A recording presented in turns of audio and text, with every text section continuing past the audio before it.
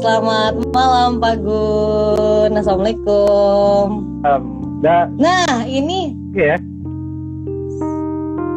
Oke ya. Iya. Ya. Oke.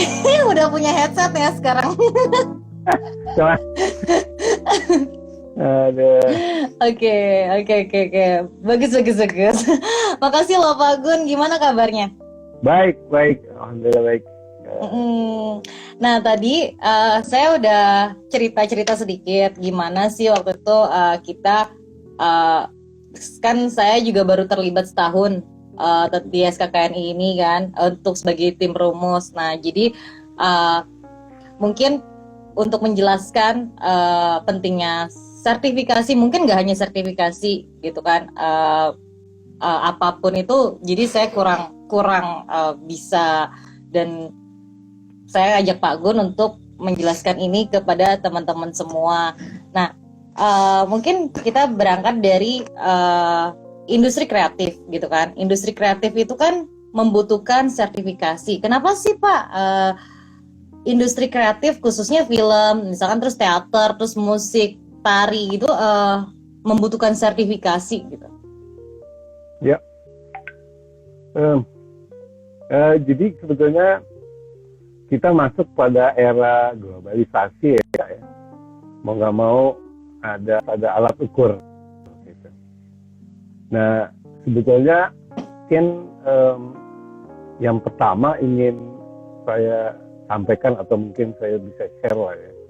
Apa sih tujuan standarisasi itu kan gitu ya.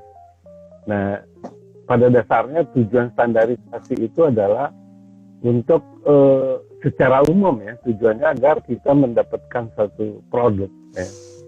Produk yang layak ya, yang berkualitas dan memiliki daya saing. Industri kreatif gitu ya, di dunia globalisasi ini, maka standarisasi itu penting gitu ya. Kalau lihat kalau kita ngomongin soal film lah di Korea umpamanya, mereka sudah melewati itu gitu. Nah, untuk melahirkan satu produk yang memiliki kualitas yang terstandarisasi, maka tentu saja dibutuhkan pekerja-pekerja yang juga memiliki kompetensi yang juga terstandarisasi gitu. Ya kan, itu tujuannya adalah produknya, kemudian untuk membuatkan produk yang memiliki kualitas dan memiliki standar, itu juga tentu saja pekerjanya pun juga harus memiliki kompetensi ataupun standar yang terukur gitu ya. Nah itu dulu Nah untuk mendapatkan pekerja ataupun kreator di bidang seni industri kreatif ini, maka perlu ada karena perlu ada standarisasi itu. Nah, standarisasi kompetensinya ini sebetulnya merupakan batasan kemampuan minimal bagi setiap orang gitu. Jadi ada batasan kemampuan minimalnya yang harus dimiliki setiap pekerja yang ada di bidang itu. Dia harus memiliki knowledge, pengetahuan sesuai dengan bidangnya ya. Terus skill. Jadi tidak hanya pengetahuan saja, tetapi dia harus memiliki skill, terus dia harus memiliki sikap kerja. Nah, tiga hal ini yang kemampuan minimal yang harus dimiliki setiap individu yang bekerja atau di industri kreatif. Nah, inilah yang harus. Nah, untuk mengukur kemampuannya ini, maka harus ada harus ada patokannya, yaitu yang kalau kita kemarin itu kita sibuk ngurusin yang namanya standarisasi kompetensi kerja nasional Indonesia, SKKNI. Nah itu yang kita rumuskan, namanya profesi A, pokoknya taruhlah operator kamera. Seorang operator kamera itu kemampuan minimal yang harus dimiliki adalah A sampai Z. Nah ini A sampai Z ini kita rumuskan yang kita sebut standar kompetensi kerja nasional Indonesia itu. Inilah yang menjadi bahan untuk mengsertifikasi ataupun mengukur kemampuan kompetensi seseorang. Itu. Nah itu sebetulnya jadi tiga hal itu yang tidak terpisahkan adalah knowledge, pengetahuan, skill, dan attitude. dia harus beririsan, ketiga-tiganya harus dia miliki. Dia tidak boleh hanya memiliki satu saja. Untuk paket kompetensinya itu harus tiga-tiganya. Jadi kurang lebih itu kalau kita bicara soal standarisasi, tujuan utamanya adalah mendapatkan produk yang memiliki daya saing, kualitas, berkualitas. Nah, untuk menghasilkan produk ini maka dibutuhkan pekerja-pekerja yang memiliki kompetensi. Nah, kompetensi yang dimiliki minimal ketiga hal itu paketnya adalah knowledge, skill, dan attitude. Inilah yang diukur. Bahkan bahwa kompeten apa tidak berdasarkan standar kompetensi kerja nasional Indonesia yang sudah disepakati oleh stakeholder perfilman kita gitu. Soalnya gitu. Oke. Bahkan attitude yang nomor 1 ya Pak? Attitude, skill, knowledge ya? Nah ini menarik. Katanya. Ya. Kerja itu sekarang ini tidak bisa lagi hanya skill teknis, tetapi yang paling utama itu adalah attitude. Karena di attitude itu dimensinya itu ada yang namanya soft skill. Nah ini itu soft skill itu penting banget. Tidak hanya hard skill-nya. Kalau hard skill-nya itu keterampilan yang biasa, teknis, itu mudah ya. Tetapi soft skill itu perlu sekali untuk kita sebagai pekerja seni. Nah, itulah dimensi-dimensi yang ada di dalam attitude sebetulnya. Gitu. Oke. Terus apa sih itu SKKNI Pak jadinya? Kenapa? Jadi apa itu SKKNI? Nah, Selain standarisasi, standar kompetensi, standar kerja nasional ini dirumuskan. Nah, yang merumuskan ini adalah stakeholder profesi itu sendiri. Umpamanya di film, yang merumuskan adalah orang yang memang ada di industri itu. Karena orang-orang yang ada di industri itulah yang mengetahui betul kemampuan minimal yang dibutuhkan setiap profesi, gitu. Dan sebelumnya sudah harus dipahami betul sebelum merumuskan bahwa struktur produksi itu ada apa aja sih. Umpamanya di film, ada struktur produksi di film, ada mulai dari penulisan skenario, sutradara, sampai ke yang kecil-kecil. Itu strukturnya. Nah, kemudian di dalam struktur ini dipetakan ada apa aja jabatan di dalam itu, ya kan? Yang kita kan, ya kan? Siapa aja dalam bidang tata kamera.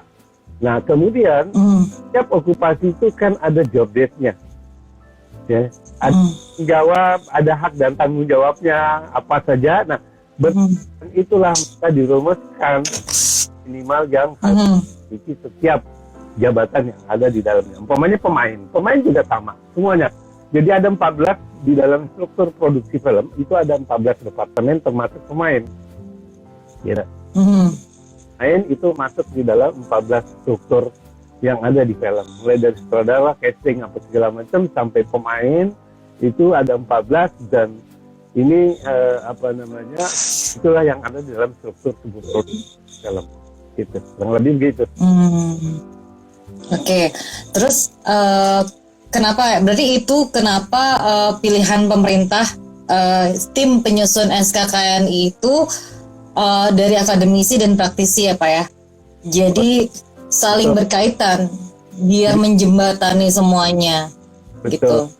Jadi begini, memang itu tidak bisa dia hanya memfasilitasi penyusunan ini, merumuskan standarisasi, karena yang tahu persis kan adalah praktisinya, pelaku industri, batasan minimal yang harus dimiliki satu jabatan apa gitu. Nah, kemudian kenapa dia memfasilitasi ini? Ini kepentingan sebetulnya, ini jarang sekali dibahas bahwa persoalan standarisasi itu bukan hanya kepentingan individu ataupun pekerja seni itu sendiri, tetapi kepentingan negara itu cukup besar. Ini menyangkut masalah ketahanan nasional.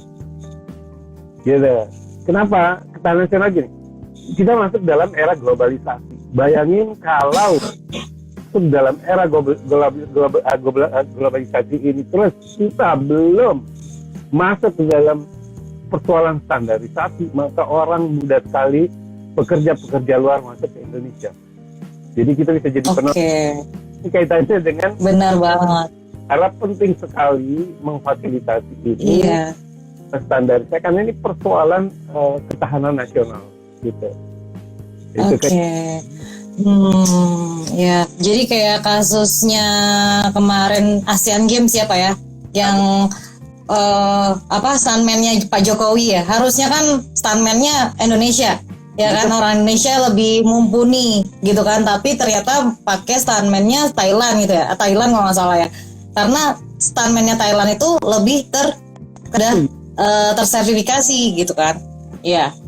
Tidak melanggar satu agreement antara negara dengan negara tentang hal ini. Kita sudah menandatangani itu bahwa persoalan, jadi negara tidak boleh melanggar kalau memang belum standarisasi ya tidak bisa gitu. Itu banyak kejadian di kita di bidang lain, pernah kejadian kita kan ke Jepang, kemudian Jepang menanyakan sertifikat pada yang menangkap ikan itu sudah certified belum, ternyata belum. Ikannya kenapa? Karena banyak persoalan di dalamnya. Artinya yang menangkap itu bisa tidak tahu aturan-aturan bagaimana menangkap ikan, kan, sehingga bisa ekosistem, ya kan, sehingga gitu. Ikannya nggak diterima di Jepang. Akhirnya kemudian negara fasilitasi mensertifikasi para nelayan itu di tengah laut, gitu. Ini kesadaran. Oke, paham. Seperti kita nih di dalam kalau ini pekerja-pekerja film belum tersertifikasi, artinya ada persoalan satu yang tidak dipahami adalah persoalan keamanan K3, ya kan? Kemana? Iya benar. Kesehatan keselamatan kerja. Ya kan? Kalau di dalam sertifikasi ini setiap jabatan itu di dalam standarisasinya yang sudah kita sepakati bersama lewat konvensi dan sudah ditetapkan oleh negara, dalam hal ini Kementerian Tenaga Kerja, bahwa setiap okupasi harus memiliki kompetensi yang namanya K3. Iya, itu berkaitan sebenarnya Pak. Sangat, artinya itu ada persoalan kemanusiaan di situ. Gitu. Kita bekerja betul-betul dipikirkan persoalan keselamatannya, ya kan? Itu. Nah ini penting sekali gitu. Makanya di dalam setiap okupasi itu harus memiliki kompetensi yang namanya K3, gitu. Oke. Berarti kompetensi K3 itu beda dengan sertifikasi tadi atau udah include Pak? Halo, Pak. Berarti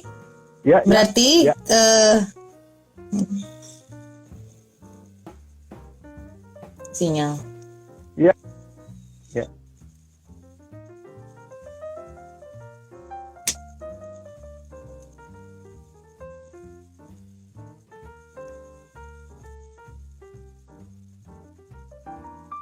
Sinyal nih. Sebentar Pak. Ini di sini audionya lancar ya. Semoga nggak apa-apa di tempat saya sinyal. Terus.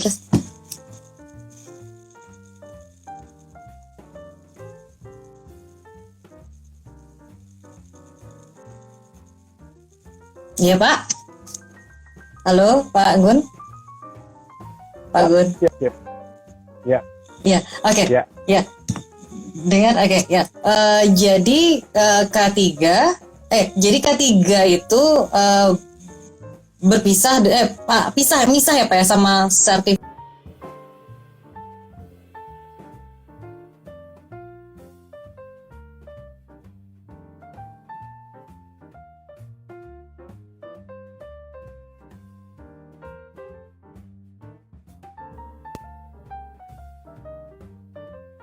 Semua profesi itu gitu.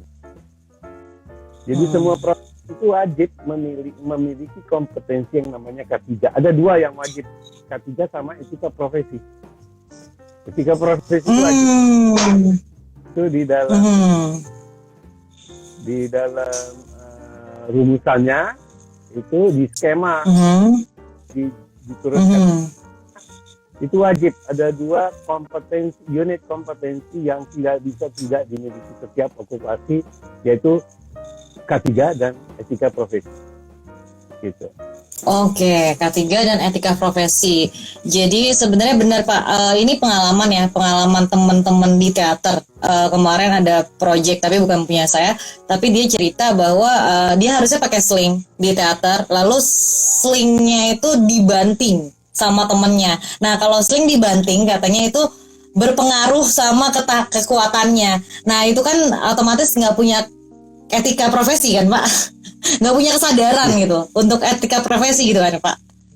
Jadi gimana kalau sertifikasinya Pak, dikeluarin nggak? Terus sertifikasi nggak Pak itu?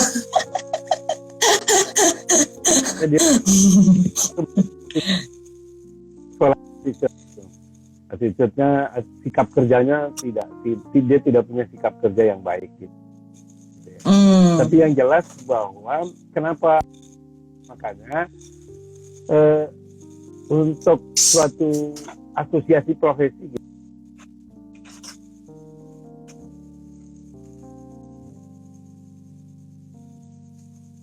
kayaknya dia harus memiliki etika gitu. Etika harus ada di setiap. Nah, jadi memang etika ini penting banget karena persoalan attitude itu adanya di etika. Persoalan itu adanya di etika sehingga ini diwajibkan gitu. Apa bukan? Itu satu keharusan setiap skema okupasi K3 dan etika itu harus dimiliki profesi. Dan di sertifikasinya, assessment-nya itu bareng sama yang lain. Ada kemungkinan belum lulus ataupun belum dinyatakan kompeten di tiganya atau di etiknya, tetapi di unit-unit kompetensi yang lain kemungkinan sudah bisa gitu. Nah dia harus mencari itu. Ya. Etika profesi itu berdasarkan asosiasinya. Umpamanya dunia pemeranan, dia kan punya etika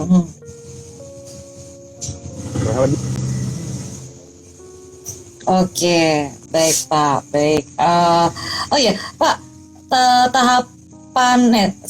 berapa lama sih Pak kalau bisa diceritain waktu itu Bapak membuat sertifikasi SKKN ini gitu. Prosesnya kan 3 tahun tuh Pak, itu ngapain aja ya Pak gitu? Nah, jadi gini, memang ini lama sebetulnya, memang tataran di Indonesia itu belum bagus ya, belum terkoneksi dengan baik. Nah, yang pertama kali kita lakukan itu adalah waktu itu bagaimana menyatukan antara profesi yang satu dengan profesi yang lain. Makanya tahun pertama itu memetakan struktur produksi film kita. Di dalam struktur produksi film kita lah. Dan dari struktur akhirnya kita buat okupasinya, jabatan-jabatan yang ada di film itu apa aja sih gitu lah. Yang tadi kita petakan itu 9. Kemudian akhirnya terakhir kemarin 2019 kemarin itu kita konvensikan ternyata yang kita butuhkan di Indonesia hanya 89. Nah itu cukup. Terus membuat job desk-nya.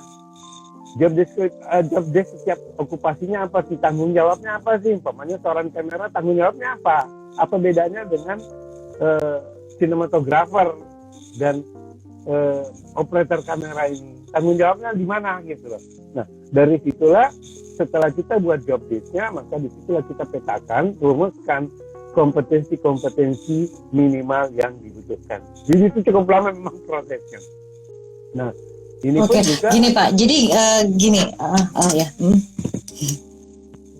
Ya, jadi memang prosesnya cukup lama karena kan harus disepakati oleh seluruh stakeholder. Ya, tidak. Nah, SKK ini kan tidak hanya digunakan oleh para praktisi, tetapi digunakan oleh dunia pendidikan supaya terjadi link and match antara dunia pendidikan dengan industrinya.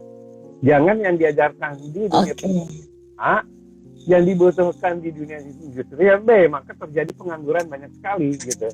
Kenapa? Berarti vokasi ya. Tidak siap kerja karena yang diajarkan bukan yang dibutuhkan industrinya, gitu. Jadi ini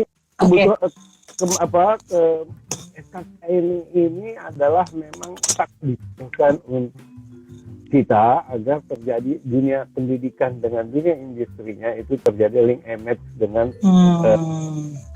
siap kerja lah ya gitu ya.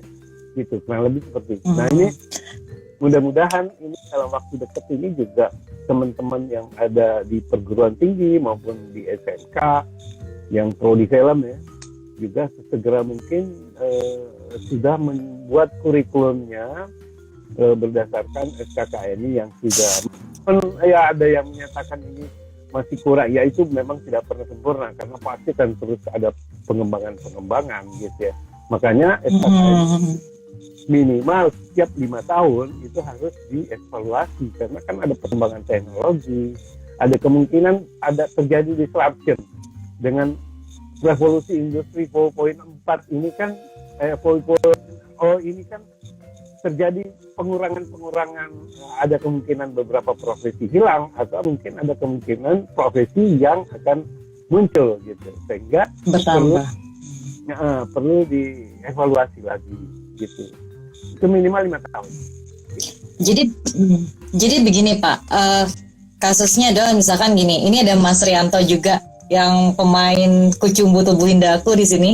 Terus saya juga dari teater nih gitu kan, di sini tadi juga dari teater.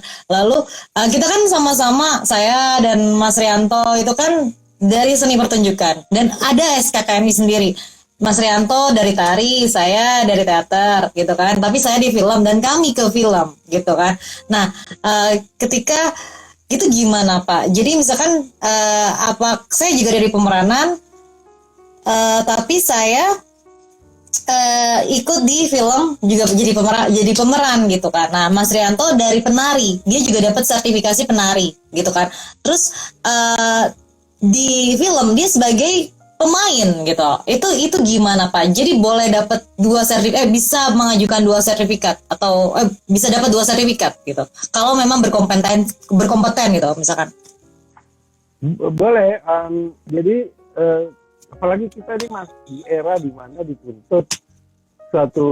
kita dituntut untuk memiliki kemampuan atau skill yang tidak satu multitasking. Dan kita kan sekarang dituntut nggak masalah, jadi memang kompeten, maka ya boleh-boleh saja memiliki sertifikat sesuai dengan kompetensinya selama dia mampu boleh, karena memang dibutuhkan sekarang untuk memiliki kompetensi. Kalau orang sekarang hanya memiliki kompetensi satu, saya pikir dan ketinggalan di zaman sekarang. Jadi dibutuhkan. Jadi gini Pak, kalau di teater kan, jadi kayak gini Pak, kalau di teater kan ada pemeranan juga nih. Terus di film juga ada pemeranan. Jadi sama, itu nggak masalah. Ada unit yang sama di dalam SKKNI.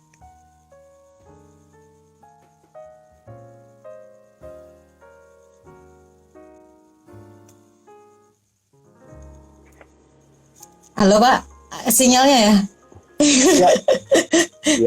Iya, sorry. Jadi di teater itu kan ada pemeranan nih Pak, gitu kan? Ini loading nih. Jadi di teater itu ada pemeranan, di film juga ada pemeranan, gitu kan? Jadi ada 2 unit yang ada 2 SKKNI, tapi unitnya sama, gitu. Itu nggak masalah Pak? Sebenarnya? Atau nggak boleh? Ya, karena medianya berbeda. Bermain di teater sama bermain di depan kamera kan dituntut knowledge yang berbeda. Ya. Dan mungkin ada dituntut juga skill yang berbeda. Dia harus paling tidak di panggung dia harus memiliki kompetensi penguasaan bagaimana menguasai panggung. Kan gitu berbeda kan. Tetapi paling tidak dia harus memiliki kompetensi bagaimana dia mengeksplor pemahaman dia terhadap teknologi perekaman, kan gitu. Itu sangat berbeda. Oke. Iya, dasarnya saya pikir sama gitu ya. Ada beberapa unit-unit yang menurut saya pasti sama. Gitu. Tapi pada saat di media ataupun media panggung, maka dituntut kompetensi yang berbeda. Ada unit kompetensi yang berbeda tuntutannya, gitu. Lihatnya seperti itu. Saya sudah baca SKKNI pemeran teater ya. Saya sudah baca itu dan memang tuntutannya berbeda. Gitu. Tuntutannya berbeda, film berbeda, gitu. Tetapi basic daripada keilmuan seni perannya itu sama, medianya yang berbeda sehingga dituntut kalau dia ingin disertifikasi di bidang pemeranan film, maka ada unit kompetensi yang harus dipenuhi yang mungkin di teater tidak ada. Begitupun juga. Oke. Jadi berbeda.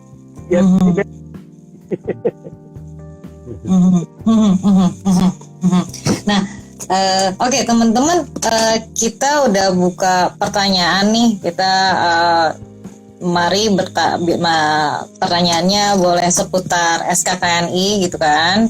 Sebentar, silakan. Saya tulis dulu ya Pak ya. Silakan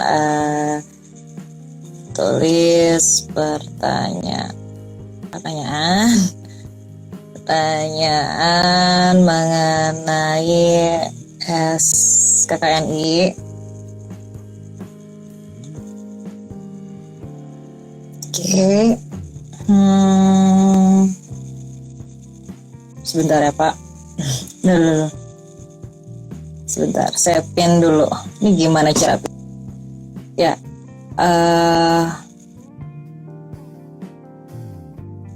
Oke, ini ada yang nanya kaitan dengan sertifikasi profesi dan SKKNI di era globalisasi dan pasar yang kompetitif.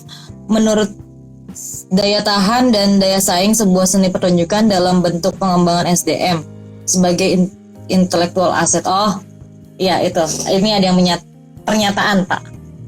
Ya. Kaitan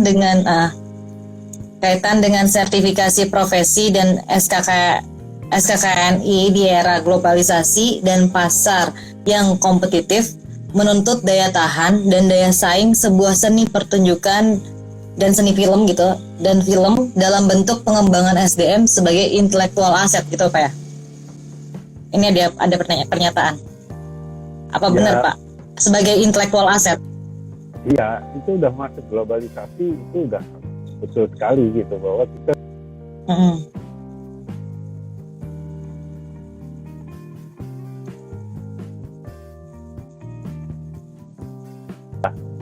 udah nggak bisa, dan itu memang intellectual asset gitu yang bisa di pemerintah sekarang ini juga sangat concern terhadap ini, sehingga peraturan pemerintah itu nomor 83 kalau nggak salah tahun 2020 ini keluar bahwa setiap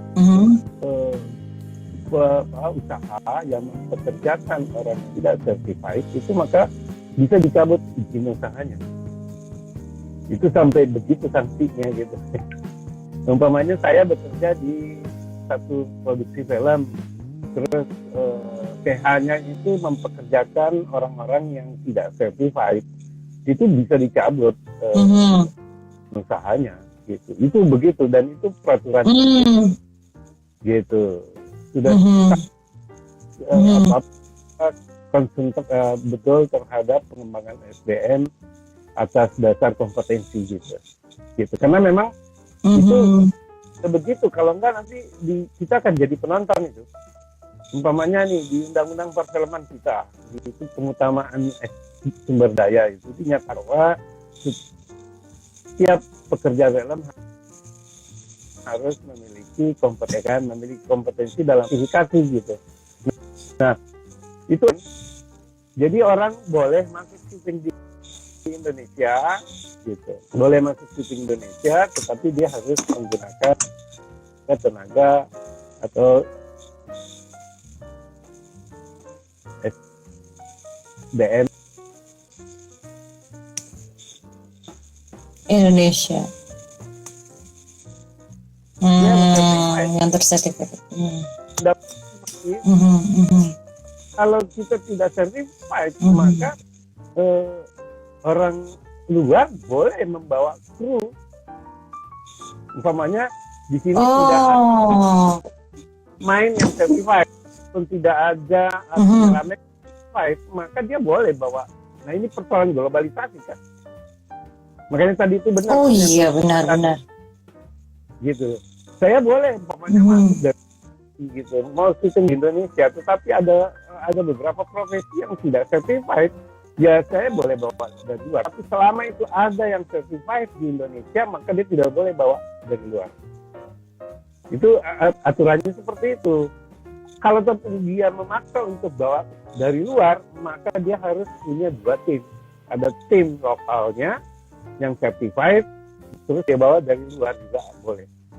Jadi ada 2 gitu. Tapi kalau selama itu nah, tapi sebetulnya kalau sudah sertifikasi ini berjalan, maka percuma juga dia bawa dari luar, karena standar minimal itu pasti sudah dijamin. Dia sudah bisa melakukan sesuai dengan mereka. Tinggal persoalan adalah menyampaikan gagasan. Ini kalau gagasan bagaimana ini kan nggak bisa disertifikasi. Seni itu kan bisa, tapi teknis bisa. Tetapi paling tidak persoalan kita sudah lewat gitu. Mereka tinggal ngirim skenario ke kita gitu, kita bahas secara teknis apa, udah tinggal dia menyampaikan gagasannya mau di seperti apa, ya udah kita eksekusi berdasarkan kompetensi masing-masing. Jalan jadinya dari luar gitu. Nah, kalau kita maka banyak kru datang dari luar. Nah itu yang tadi yang saya bilang, ini persoalan ketahanan nasional kan gitu. Kita jadi penonton ya kan. Iya benar oke benar. Jadi gini Pak, yang tadi itu juga sudah juga menjawab pertanyaannya Bang Bejo nih, apa keuntungan konkret memiliki sertifikasi berarti kan? Keuntungan konkretnya memiliki sertifikasi ya salah satunya tadi ya Pak. Terus ada lagi nggak Pak? Manfaat sebetulnya. Jadi sertifikasi itu manfaatnya pertanyaannya itu. Manfaatnya itu kita sebagai tenaga kerja ataupun sebagai pekerja film itu adalah bukti formal diri kita bahwa kita memiliki kemampuan kompetensi di bidang yang kita tekuni. Itu kan. Jadi Eka gitu atau Eka butuh kru apa gitu kan. Cukup saya perlu oke, saya punya nih sertifikat saya jelas. Iya kan. Jadi macam nggak perlu lagi ini loh, saya tinggal memperlihatkan ini sertifikat saya diakui oleh negara, profesi saya ini, kemampuan saya sudah clear itu. Oke, satu itu manfaatnya. Terus meningkatkan percaya diri, kita lebih percaya. Kalau saya bawa mobil, ya kan ada razia di jalan, tim enak. Oh iya, iya. Ada penerimaan pekerja gitu, dibuka tenaga kerja film itu, saya lebih yakin, percaya diri karena saya punya sertifikat gitu. Terus adalah daya saing gitu loh, karena kita pasti akan bersaing, jelas kita bersaing sama orang-orang yang memang memiliki kompetensi yang sama dengan kita. Kita tidak bersaing dengan orang yang tidak jelas juntrungan gitu. ya kan? Oke. Memang selevel sama kita gitu. Nah terus ada lagi mendukung peningkatan karir, itu udah pasti ya. Itu dari sisi pekerja. Sisi pemerintah apa? Pemerintah lebih mudah untuk melakukan pendataan. Ada berapa pekerja film di Indonesia? Ada berapa sutradara? Ada berapa kameramen? Gitu kan? Dari situ datanya jauh. Pemerintah pada saat ingin memberikan insentif itu lebih jelas. Memberikan insentif beasiswa umpamanya. Ya kan jelas. Yang memang certified, artinya yang memang diakui sebagai pekerja film. Terus di dunia industrinya sendiri, saya sebagai produser meng-hire orang sesuai dengan yang memang saya butuhkan. Saya tidak beli karung. Jangan saya butuh desainer, tetapi yang saya dapatkan adalah sound recordist. Kan beda jadinya kan kebutuhan. Iya. Ya. Nah ini benar. kalau dia punya sertifikat, ya jelas saya butuh sound designer. Mana sebagai apa sound designer? Ya oke, benar. Yang saya butuhkan ini. Jangan dia sound recordist. Kan berbeda lagi kan, kemampuannya beda pasti. Dari sisi pendidikan, juga jelas, gitu. Jangan yang dibutuhkan dunia industri kita ini adalah umpamanya lebih dibutuhkan sekarang ini adalah art director, gitu. Tetapi yang dicetak kebanyakan sutradara, overload, ya kan? Kenapa? Ya kan terjadi gitu, antri nungguin art director, nungguin soundman. Yang dicetak itu adalah tidak sesuai dengan demand-nya gitu. Nah kalau spesifikasinya katanya jelas, ya kan? Soundman apa, ya kan? Memiliki kompetensi apa gitu. Terus umurnya berapa, ya kan? Itu Garda pada saat ingin mengembangkan dunia perfilman kita, maka sesuai dengan data yang ada. Nah sekarang, jangankan itu, sekarang pandemi kemarin aja kita tidak punya data berapa banyak pekerja film. Iya kan? Gimana? Berapa, nggak jelas gitu. Nah memang kita tidak pernah concern dalam hal masalah pendataan. Nah lewat sertifikasi ini sangat jelas kok. Mudah sekali untuk kita melakukan. Umurnya ketahuan, berapa film dia kerjakan dalam setahun ketahuan karena dia report gitu. Nah untuk mengembangkan kita jauh, nah dan juga akan ketahuan kekurangan daripada SDM kita di mana, itu ketahuan itu ya. Dan pasti ketahuan gitu. Umpamanya atau mengukur pemeranan di industri film Indonesia gitu kan. Ada berapa yang orang certified gitu kan, ketahuan itu ya kan? Gitu. Artinya minimalnya itu ketahuan gitu. Minimal seorang pemain apa yang dibutuhkan, kemampuan apa itu ketahuan. Jadi itu manfaat daripada sertifikasi gitu. Nah banyak sih yang selain daripada persoalan persoalan kita sebagai seorang profesional gitu, juga negara, industrinya maupun dunia pendidikan. Jadi ekosistemnya bisa jalan. Kurang lebih gitu. Ada pertanyaan lagi nih Pak. Sebentar ada kelewat. Ada 2 pertanyaan. Skema apa saja yang sudah akan bisa dilakukan uji kompetensi untuk film? Yang pertama. Lalu dari Orip bin Yamin, ada pertanyaan lagi, tahap untuk bisa mendapatkan sertifikasi itu apa aja Pak? Gitu, syarat umum dan syarat khusus. Gitu. Kalau misalkan tadi kan K3 dan etika kerja itu kan dikeluarkan oleh asosiasi, ya kan Pak? K3 dan etika kerja itu sertifikatnya dikeluarkan oleh asosiasi. Lalu untuk sertifikasi itu sendiri gitu kan, sertifikasi profesi itu sendiri. Nah, gimana nih syaratnya untuk mendapatkan itu?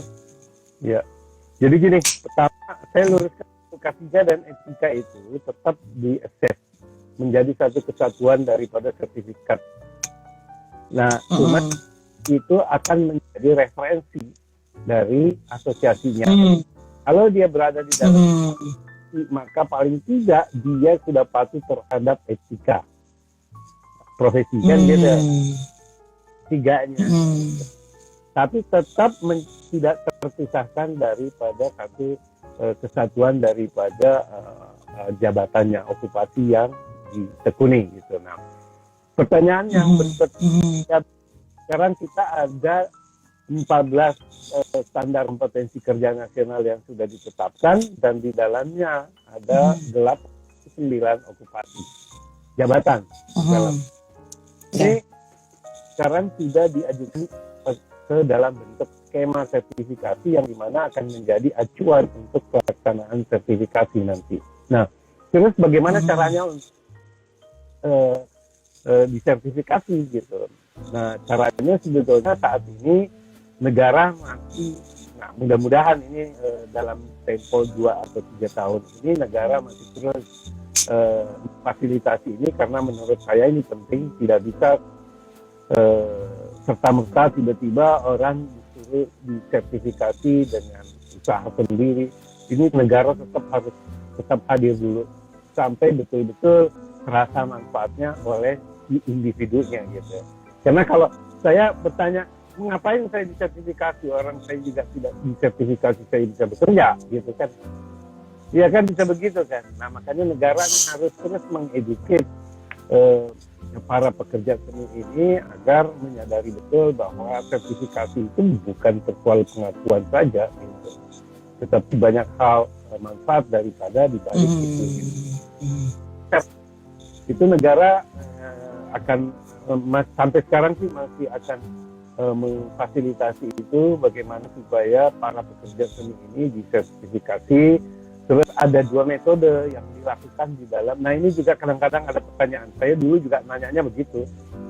Sebelum saya menekuni persoalan ini, pertanyaan saya 3 tahun yang lalu, kenapa mesti saya disertifikasi? Siapa yang mensertifikasi saya? Saya sudah bikin film banyak. Ya kan? Sama menguji saya. Menurut saya wajib ya gitu. Karena kepemahaman waktu itu saya tidak paham betul. Jadi ternyata nggak sulit gitu. Ada 2 metode yang dilakukan. Bagi orang yang sudah punya portofolio yang cukup bagus, sudah mendapatkan pengakuan dari masyarakat, baik internasional maupun nasional, itu sebetulnya tinggal lagi disertifikasi dengan menggunakan metode portofolio. Kan gitu. Jadi nggak perlu gitu. Nah, nggak perlu kayak ujian nasional. Bahwa betul dia adalah pekerja film. Apa buktinya? Verifikasi ya, portofolionya ada yang sudah clear gitu. Berbeda dengan pemula yang memang belum punya portofolio, tetapi dia memiliki kompetensi. Itu harus diverifikasi lewat observasi. Kemampuannya dia harus perlihatkan kriteria untuk kerjanya. Dia sebagai seorang editor, dia melakukan pekerjaan seorang editor. Nah, dia harus melaksanakan itu dan kita observasi, kemudian kita verifikasi kemampuannya, kompetensinya. Berbeda portfolio tadi. Dapat penghargaan, ya sudah tinggal kita verifikasi betul apa tidak dapat penghargaannya di mana, filmnya apa. Setelah semuanya terverifikasi, valid, ya sudah direkomendasi. Gitu. Jadi 2 hal metode ini dilakukan dan tidak terlalu sulit kok. Ada pertanyaan lagi tak muncul. Siapa yang memverifikasi? Yang memverifikasi adalah orang yang memang kompeten di situ. Tidak mungkin. Jadi umpamanya seorang editor dikasih kemampuannya, kompetisinya, yang harus memverifikasi adalah seorang editor juga. Ya, editor gitu. Nggak mungkin seorang editor diverifikasi seorang art director. Karena yang tahu tentang minimal yang harus dimiliki seorang editor adalah orang yang juga memiliki kompetensi di situ, adalah seorang editor juga. Cuman editor yang memiliki lisensi sebagai asesor, punya metode-metode bagaimana memverifikasi untuk supaya dia merekomendasikan pengakuan tentang kompetensi seseorang. Itu sebetulnya jadi dua hal itu. Dan ini kok kita bisa melaksanakan assessment sertifikasi itu di lokasi titik, boleh. Dan itu jauh lebih bagus karena itulah kompetensi kita. Eka semua disertifikasi. Oke, saya disertifikasi bisa nggak? Saya kebetulan lagi sedang main film ini. Tanggal sekian saya syuting, tinggal kirim ke sana, dia lihat Eka melaksanakan tugasnya sebagai pemain, maka dicek kemampuan-kemampuan itu, diverifikasi kemampuan-kemampuan itu pada saat bekerja. Karena orang kompeten apa tidak itu ketahuan banget pada saat bekerja, ya kan? Buat-buat itu. Justru di dalam asesmen itu tidak boleh dibuat-buat. Bahkan umpamanya Eka kita akses gitu. Saya sebagai asesor pada saat Eka ada tekanan itu tidak boleh diteruskan. Itu harus. Kenapa? Karena kita harus menggali, memverifikasi kemampuan itu. Tidak boleh ada tekanan. Seorang asesi Eka umpamanya lagi sedang disertifikasi, saya memberikan tekanan itu, Eka boleh meminta untuk berhenti. Itu nggak boleh. Karena bagaimana bisa kita memverifikasi kemampuan seseorang kalau di dalam kondisi dia berada di dalam tekanan kan gitu. Nah, makanya pada saat syuting real untuk kita bisa dapatkan seseorang kompeten apa tidak. Gitu. Karena dia tidak mendapat tekanan apa-apa, dia enjoy aja mengerjakan pekerjaannya sesuai dengan tugas dan tanggung jawabnya di lapangan. Kita tinggal memverifikasi, observasi aja kemampuan-kemampuan yang itu bisa dilakukan. Jadi memang kita tidak terlalu sulit ya, tidak terlalu sulit. Kalau memang kita gitu. Mungkin ada kaitannya dengan kenapa ketika ada tekanan nggak bisa diuji gitu kan, karena berkaitan dengan K3 kemarin kan Pak. Sebenarnya K3 itu penting bukan hanya keselamatan, bukan hanya mengenai kesehatan dan keselamatan kerja aja, tapi juga persiapan sebelum syuting gitu kan. Jadi dari pengalaman saya ketika syutingnya nggak memiliki persiapan matang, ya akan ribet di lapangan gitu kan. Dan itu orang-orang tersertifikasi nggak akan mungkin melakukan itu sebenarnya kan gitu. Gitu kan Pak? Ya. Ada hubungan. Ya, betul. Harus mengikuti SOP kan. Ada SOP. Berdasarkan SOP dia harus jalankan itu gitu. Kalau enggak nanti akan berakibat buruk pada hal-hal lain gitu. Bisa mempengaruhi budget bisa banyak kan gitu. K3 itu kan tidak hanya untuk persoalan keselamatan, tapi persoalannya adalah banyak hal. Contoh umpamanya pada saat dia tidak patuh terhadap K3, pada saat dia memasang set kamera dengan tidak memperhitungkan K3-nya, maka itu berbahaya sekali gitu. Bisa menghambat produksi, bisa terjadi satu kejadian yang tidak kita inginkan, atau bisa mencelakakan orang lain, macam-macam itu bisa muncul gitu. Jadi K3 itu penting banget, makanya udah nggak bisa gitu. Ya benar. Lalu ada pertanyaan lagi,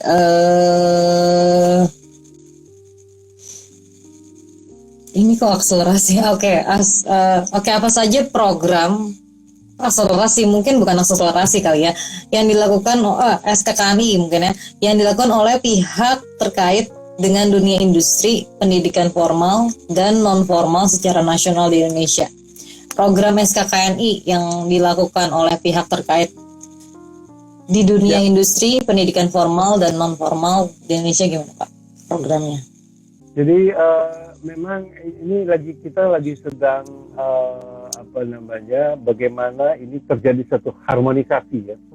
Karena ini memang di Kemendikbud sendiri saya lihat di vokasinya, di diktinya ini belum, mereka sendiri banyak yang belum tahu bahwa infrastruktur sertifikasi di dunia perfilman kita itu sebetulnya sudah selesai. Kita sudah selesai mulai dari SKKNI, okupasi, terus KKNI, yang dimana semuanya untuk produksi itu sudah clear, sudah selesai infrastrukturnya. Nah, tetapi yang pengambil kebijakan ini masih banyak yang belum tahu, gitu. Contoh bahwa masih banyak di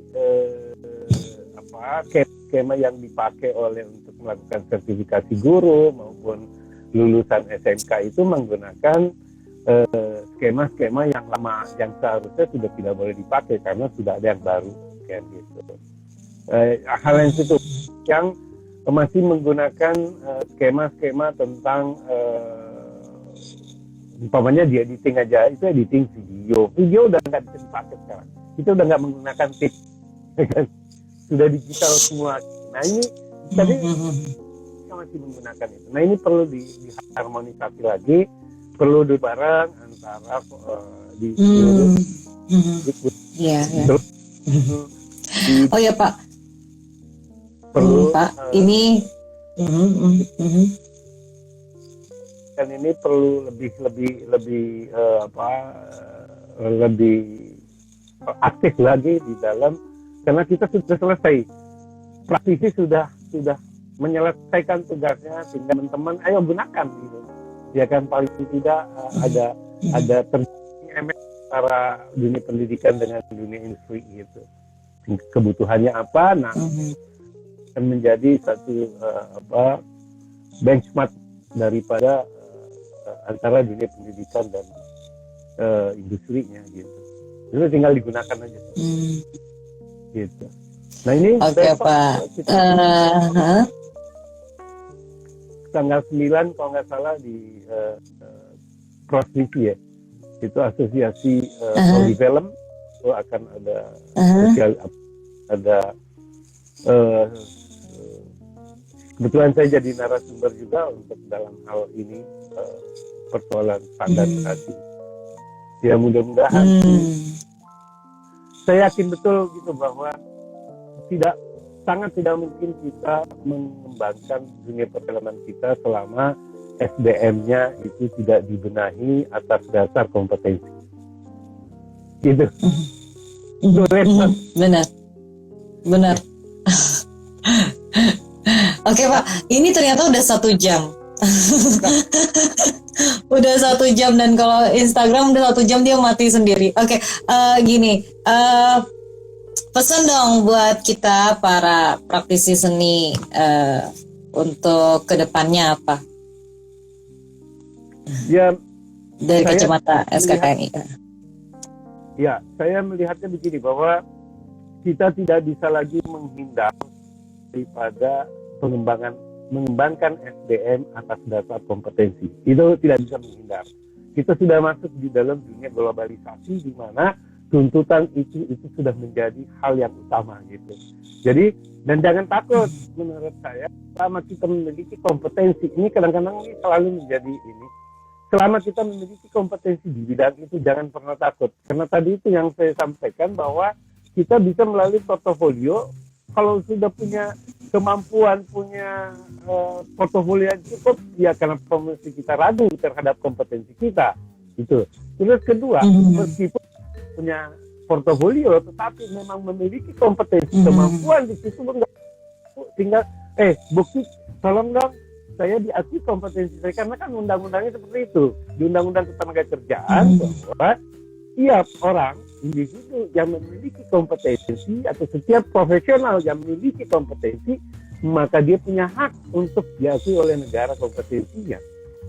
Nah sekarang tuntut aja kompetensi, saya punya kemampuan ini, tolong negara akui kompetensi saya, kan gitu. Hak yang dimana menurut saya itu hak skill, karena itu penting sekali Mhm. supaya kita memiliki daya saing gitu. Mhm. Oke Pak, terima kasih Pak Gun. Ini sudah 1 jam, saya takut mati. Saya takut mati sendiri karena harus di save dan nanti saya kirim YouTube-nya. Pak Gun, terima kasih banyak udah meluangkan waktu di tengah kesibukan untuk SKKRI ke depan dan sosialisasi ke depan. Semoga lancar terus, sehat terus. Terima kasih ya Pak Gun. Waktu dekat kita akan ada kelas sertifikasi itu gratis. Wow.